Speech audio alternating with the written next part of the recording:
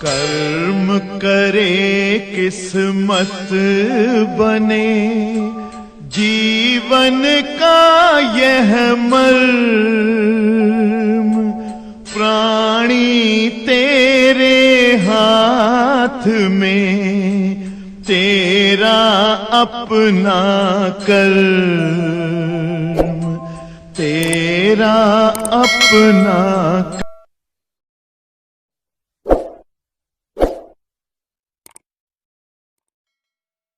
प्यारे बच्चों, आज से हम लोग एक नया लेसन पढ़े चल रहे हैं जो बहुत ही ज़्यादा महत्वपूर्ण है और कंपटीशन में इसके सवालें बहुत आती हैं।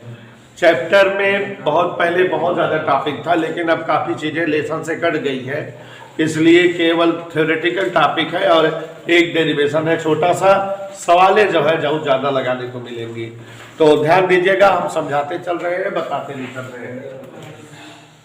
डॉपलर प्रभाव चैप्टर का नाम है बेटा, डॉपलर इफेक्ट या डॉपलर प्रभाव। अभी हम लोग समझेंगे कि डॉपलर प्रभाव रियली होता क्या है, और आपको बताना चाहूंगा कि डॉपलर प्रभाव जैसी घटना जिसके बारे में हम सुनेंगे और जानेंगे, वह जो है दो प्रकार की है। दो जगह हम डॉपलर प्रभाव पढ़ेंगे। हम लोग ध्वनि में डॉपलर प्रभाव पढ़ेंगे, साथ ही साथ प्रकाश तरंगों में भी डॉपलर प्रभाव पढ़ेंगे। तो ध्वनि का डॉपलर प्रभाव और प्रकाश का डॉपलर प्रभाव, ये दो घटनाएं हमको जो है इस पूरे लेसन में पढ़नी है। मन लगा समझिए सभी लोग बेटा। ध्वनि में डॉपलर प्रभाव क्या है और प्रकाश में डॉपलर प्रभाव क्या है, यही समझाना है, इसी को लेकर चलता हूँ। सबसे पहले बच्चों आपको बताना चाहूंगा कि ध्वनि स्रोत और श्रोता, यद्यपि कल की क्लास में हमने जो है बहुत सारी चीजें इस लेसन से रिलेटेड बता दी थी, फिर भी आज बता रहे हैं शुरुआत से। ध्वनि स्रोत, sound source, source of sound. ध्वनि स्रोत का मतलब है सोर्स ऑफ साउंड, माने ध्वनि उत्पादक, जिससे ध्वनि उत्पन्न हो, ध्वनि को उत्पन्न करने वाला।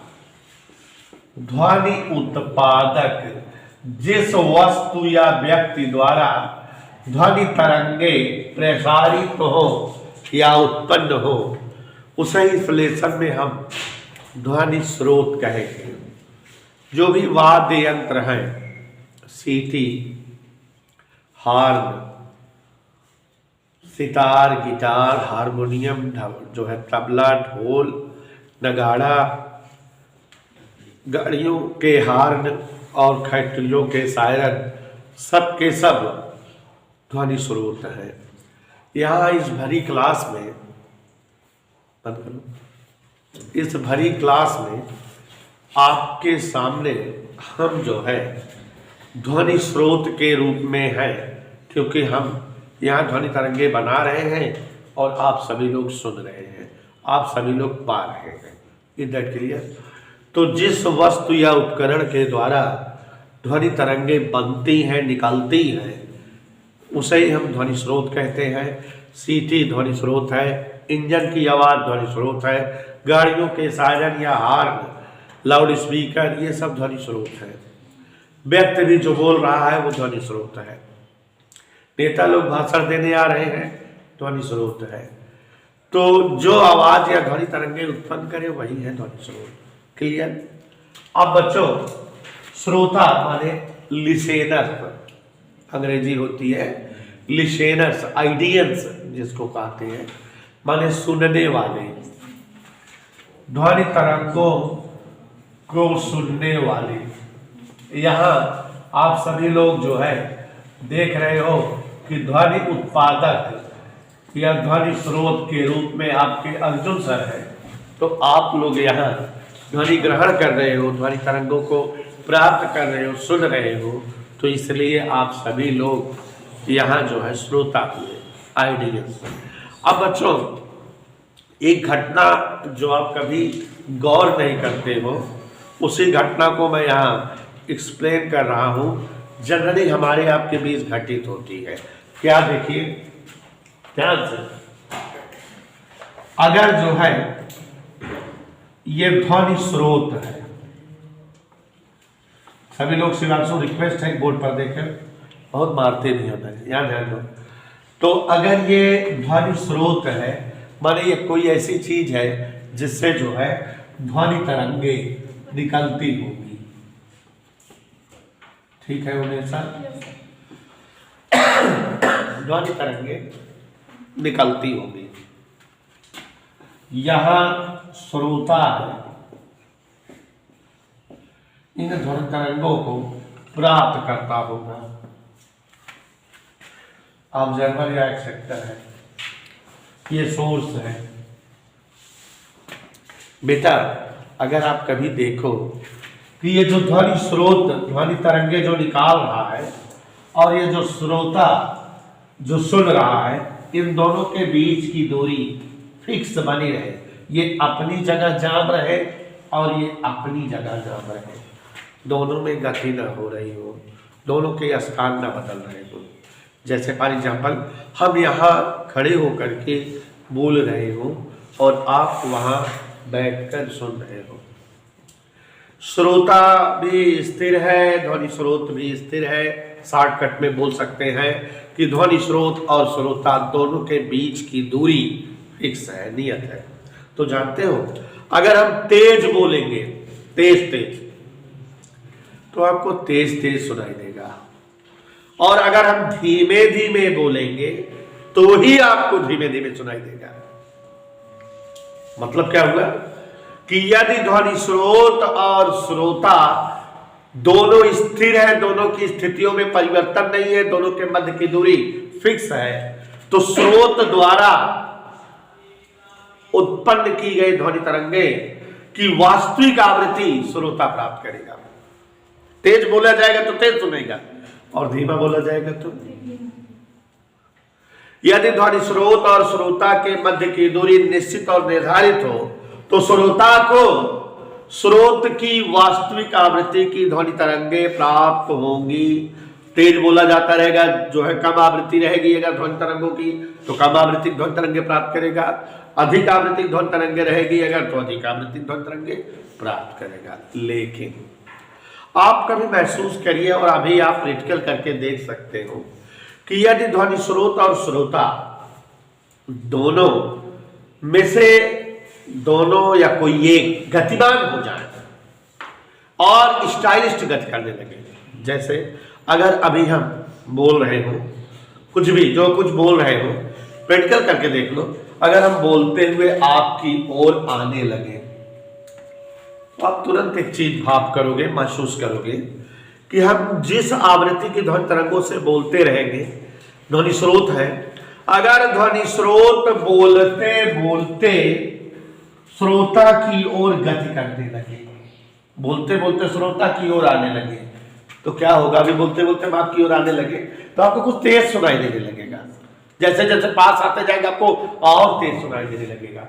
जबकि हम अपनी आवाज वही रखे हैं लेकिन आपको तेज सुनाई देने लगा है ना। तो यदि ध्वनि स्रोत श्रोता की ओर गति करता है, तो श्रोता को स्रोत द्वारा उत्पन्न वास्तविक आवृत्ति से बढ़ी हुई आवृत्ति की ध्वनि तरंगे प्राप्त होती है, आवाज तेज सुनाई देती है। ऐसे ही बेटा अगर हम बोलते बोलते दूर चले जाएं, तो दूर जाने लगेंगे तो आप सबको क्या होगा? धीमे सुनाई देने लगेगा। तो यदि ध्वनि स्रोत श्रोता से दूर जा रहा हो इधर, तो श्रोता को वास्तविक आवृत्ति से घटी हुई आवृत्ति की तरंगे प्राप्त होगी। उन्हें सब बेटा कई कंडीशन हो गई। फिर से श्रोता स्थिर है, श्रोता स्थिर है, ध्वनि स्रोत श्रोता की ओर गति करे तो श्रोता को बढ़ी हुई आवृत्ति की ध्वनि तरंगे प्राप्त होती है। दूसरी स्थिति क्या है? श्रोता स्थिर है फिर से, लेकिन ध्वनि स्रोत श्रोता से दूर जा रहा है, तो श्रोता को घटी हुई आवृत्ति की तरंगे प्राप्त होगी। क्या कंडीशन हुई? अब अगर मान लो ये फिक्स है, ध्वनि स्रोत फिक्स है, हम अपनी जगह है, आप में से कोई एक बच्चा उठकर हमारी ओर आने लगे, अगर अभी आप उठो और मेरी ओर आने लगो तो जैसे जैसे आप मेरी ओर आओगे आपको मेरी आवाज तेज सुनाई देगी। ऐसा है कि नहीं? है ऐसा नहीं? जैसे अगर आप सड़क पर खड़े होते हो, दूर कहीं से ट्रक हारन बजाते हुए आती रहती है तो पहले उसकी आवाज कम सुनाई देती है, जैसे जैसे वो आपके पास आती है तो तेज हो जाती है उसकी आवाज की नहीं? तो यह यदि स्रोत स्थिर हो और श्रोता स्रोत की ओर गतिमान हो, किधर गतिमान हो सर? तो श्रोता को ध्वनि तरंगों बढ़ी हुई आवृत्ति में प्राप्त होगी। इसका उल्टा भी हो सकता है, ये हम बोल रहे हो और आप उठो और बाहर जाने लगो, तो श्रोता स्रोत से दूर जाने लगे, तब क्या होगा? श्रोता को कम आवृत्ति की ध्वनि तरंगें प्राप्त होगी कि नहीं? क्या कंडीशन हो गई? पहला क्या है? श्रोता स्थिर है, ध्वनि स्रोत श्रोता की ओर आ रहा है, बढ़ी हुई आवृत्ति तरंगें पा रहा है। श्रोता स्थिर है, ध्वनि स्रोत श्रोता से, तब भी श्रोता जो है घटी हुई आवृत्ति तरंगें पा रहा है। स्रोत स्थिर है, तीसरी कंडीशन, श्रोता स्रोत की ओर आ रहा है, बढ़ी हुई आवृत्ति तरंगें पा रहा है कि नहीं?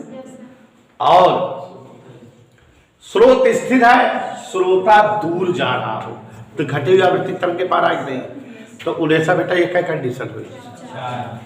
दो और हो सकती है, ध्वनि स्रोत और श्रोता दोनों गति करें और एक दूसरे की ओर आए, तब भी श्रोता को बढ़ी हुई आवृत्ति तरंगें प्राप्त होगी।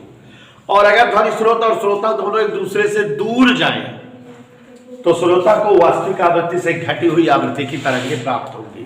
तो बच्चों ये हमने आपको कई बात बताई, एक बार सुनोगे? 6 बार। रोहन डान 6 बार सुनो। यदि हमारी तरफ बोलना है आपको उन्हें सर, यदि ध्वनि श्रोता स्थिर हो और ध्वनि स्रोत श्रोता की ओर आए तो श्रोता को बढ़ी हुई आवृत्ति ध्वनि तरंगें प्राप्त होती है। यदि ध्वनि स्रोत स्थिर श्रोता से दूर जाए तो श्रोता को घटी हुई आवृत्ति की ध्वनि तरंगें प्राप्त होती है। यदि ध्वनि स्रोत स्थिर हो और श्रोता स्थिर ध्वनि स्रोत की ओर आए तो श्रोता को बढ़ी हुई आवृत्ति तरंगें प्राप्त होती है। यदि ध्वनि स्रोत स्थिर हो और श्रोता स्रोत से दूर जाए तो घटी हुई आवृत्ति तरंगें प्राप्त होती है। ध्वनि स्रोत और श्रोता दोनों एक दूसरे की ओर आए तो बढ़ी हुई आवृत्ति ध्वनि तरंगें प्राप्त होती है। ध्वनि दोनों एक दूसरे से दूर जाए तो हमका बेटा 6 लाइन बोले पड़े पक्का कि ना? हम दिमाग लगा होते हैं, 6 का 3 बनाए दे, कम कह दे, कम कह दी ना? देखा कम कैसे करा? 6 का 3 बना दे। यदि ध्वनि स्रोत और श्रोता के मध्य आपेक्षिक गति हो, मतलब चाहे से चलाए, चाहे स्रोत चलाए चाहे श्रोता चाहे दोनों, 6 का 3 बनवाता है सुना? यदि ध्वनि स्रोत या श्रोता के मध्य आपेक्षिक गति हो और ध्वनि स्रोत और श्रोता के बीच की दूरी कम हो तो श्रोता को बढ़ी हुई आवृत्ति तरंगें प्राप्त होती है, तथा स्रोत और श्रोता के बीच की दूरी बढ़ने पर श्रोता को घटी हुई आवृत्ति तरंगें प्राप्त होती है। दुइयम कह दे, 6 का 2 बना दे, नहीं समझे? फिर समझे तो यदि ध्वनि स्रोत और श्रोता के मध्य आपेक्षिक गति हो और स्रोत तथा श्रोता के बीच की दूरी माने एक दूसरे के तीव्र तो श्रोता को बढ़ी हुई आवृत्ति की ध्वनि तरंगें प्राप्त होती है। और अगर श्रोत और श्रोता के बीच की दूरी तो श्रोता को घटी हुई आवृत्ति की तरंगें प्राप्त होती है। तो जब 6 बोले कर 2 बोल दे कि ना, अब 2 के 1 में बना दे, माने 2 लाइन बजाय 1 लाइन में बोल दे, 60 कट में। सुना, जब किसी ध्वनि स्रोत और श्रोता के मध्य आपेक्षिक गति होती है तो श्रोता को स्रोत की वास्तविक आवृत्ति से बदली हुई आवृत्ति की ध्वनि तरंगें प्राप्त होती है। माने घटी मिली है या बढ़ी, लेकिन मिली है बदली हुई। और ये जो आवृत्ति में आभासी परिवर्तन हो रहा है, इसी ही ध्वनि में डॉपलर प्रभाव कहा जाता है। ठीक है, तो माने शॉर्टकट में कि यदि ध्वनि स्रोत और श्रोता के मध्य की दूरी में परिवर्तन ना हो तो श्रोता को स्रोत की वास्तविक आवृत्ति की ध्वनि तरंगें प्राप्त होती हैं। लेकिन यदि ध्वनि स्रोत और श्रोता के मध्य की दूरी में परिवर्तन होता है तो श्रोता को वास्तविक आवृत्ति से भिन्न आवृत्ति की ध्वनि तरंगें प्राप्त होने की घटना, या ये जो भिन्न आवृत्ति की तरंगें प्राप्त होती हैं, इसमें जो है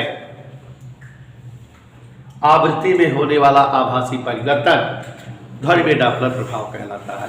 इधर क्लियर? और बच्चों ध्यान से देखिए, ध्वनि में डॉपलर प्रभाव के लिए ये समझ में आ गया बेटा? क्या परिभाषा बताएंगे ध्वनि में डॉपलर प्रभाव? जब ध्वनि स्रोत और श्रोता के मध्य आपेक्षिक गति होती है तो ध्वनि स्रोत की वास्तविक आवृत्ति में होने वाला आभासी परिवर्तन ध्वनि में डॉपलर प्रभाव कहलाता है। समझ में आया कि नहीं? एक चीज देखो, यदि ध्वनि स्रोत का वेग है, वो देखा Vs, श्रोता का वेग Vo, श्रोता का वेग ध्वनि का वेग V हो, तो डॉपलर प्रभाव की घटना में आभासी आवृत्ति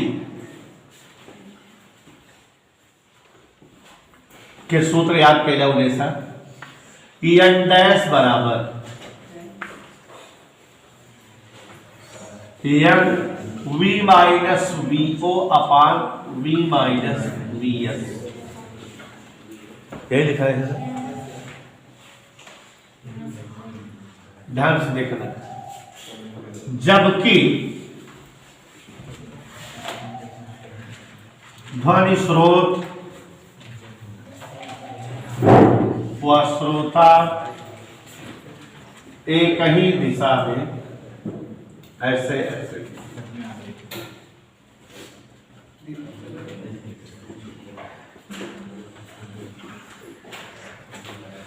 सूत्र याद रहेगा कि नहीं? उन ऐसा कह रहे हैं कि सर जी इस सूत्र से 6 सूत्र बनाइए। क्या सूत्र? कैसे कैसे? इधर देखिए, कोई आवाज नहीं। यदि, हमारी बात सुनिए ध्यान से, यदि ध्वनि स्रोत Vs वेग से और श्रोता Vo वेग से, दीदी सुनो, ध्वनि स्रोत Vs वेग से और जो है श्रोता Vo वेग से ध्वनि की दिशा में गति करे तो आभासी आवृत्ति n डैश बराबर n V माइनस Vo बटा V माइनस। ये सूत्र याद रखो कि इसी सूत्र से सवाल आएगी, लेकिन इस सूत्र से क्या सूत्र बना देंगे हम? चलो पहला सूत्र माने पहली कंडीशन वाला। पहली कंडीशन क्या रहा है? याद कर रहा हम भाई बता रहे, पहली कंडीशन क्या रही? श्रोता स्थिर है और ध्वनि स्रोत श्रोता की ओर गति ना। तो देखो ऐसा, श्रोता स्थिर है, श्रोता स्थिर है माने Vo 0 है और ध्वनि स्रोत श्रोता की ओर गति करता है, दोनों क्या संगति है। तो फिर सूत्र आए n डैश बराबर n इंटू, देखो Vo 0 है तो जहां जहां Vo आपको डिपेंड करो सर, क्या करो V अपान V माइनस Vs। एक सूत्र आ गया किधर? आएगी ना? yes, दूसरी कंडीशन क्या रही? श्रोता स्थिर है, स्रोत श्रोता से दूर। अब देखा दोनों क्या कहती जाती है, अब उल्टा हो गई, स्रोत उल्टा कहती माने स्रोत का वेग माइनस में लिखा। तो n डैश बराबर n V अपान V प्लस Vs। उन्हें देखते इधर के लिए समझ में आया? तीसरा कंडीशन, ध्वनि स्रोत स्थिर है ध्वनि स्रोत स्थिर है और श्रोता स्रोत की ओर गतिमान है। इधर देखो यन डैश बराबर, अब की बार ध्वनि स्रोत स्थिर है तो V प्लस V हो, काय प्लस V हो। देखा श्रोता और ध्वनि स्रोत एक दिशा, लेकिन श्रोता ध्वनि कहती आवत था, स्रोत कहती आवत था, तो माइनस पे प्लस हो गई बटन, ठीक है। और जब स्रोत स्थिर रहा है लेकिन श्रोता स्रोत से दूर जा रहा है तो क्या हो बेटा, V माइनस V अपान में, ठीक है सुरेश। अब दोनों गति कर रहे हो, ध्वनि स्रोत और श्रोता दोनों गति कर रहे हो, तो ध्वनि स्रोत लेकिन श्रोता करीब हो रहा होता तो एक अच्छे से बदल जाए, क्या हो जाए,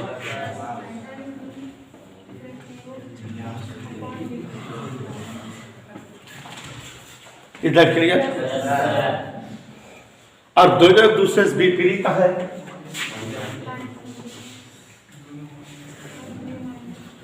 ध्वनि स्रोत और श्रोता दोनों विपरीत है, तो आपकी बात श्रोता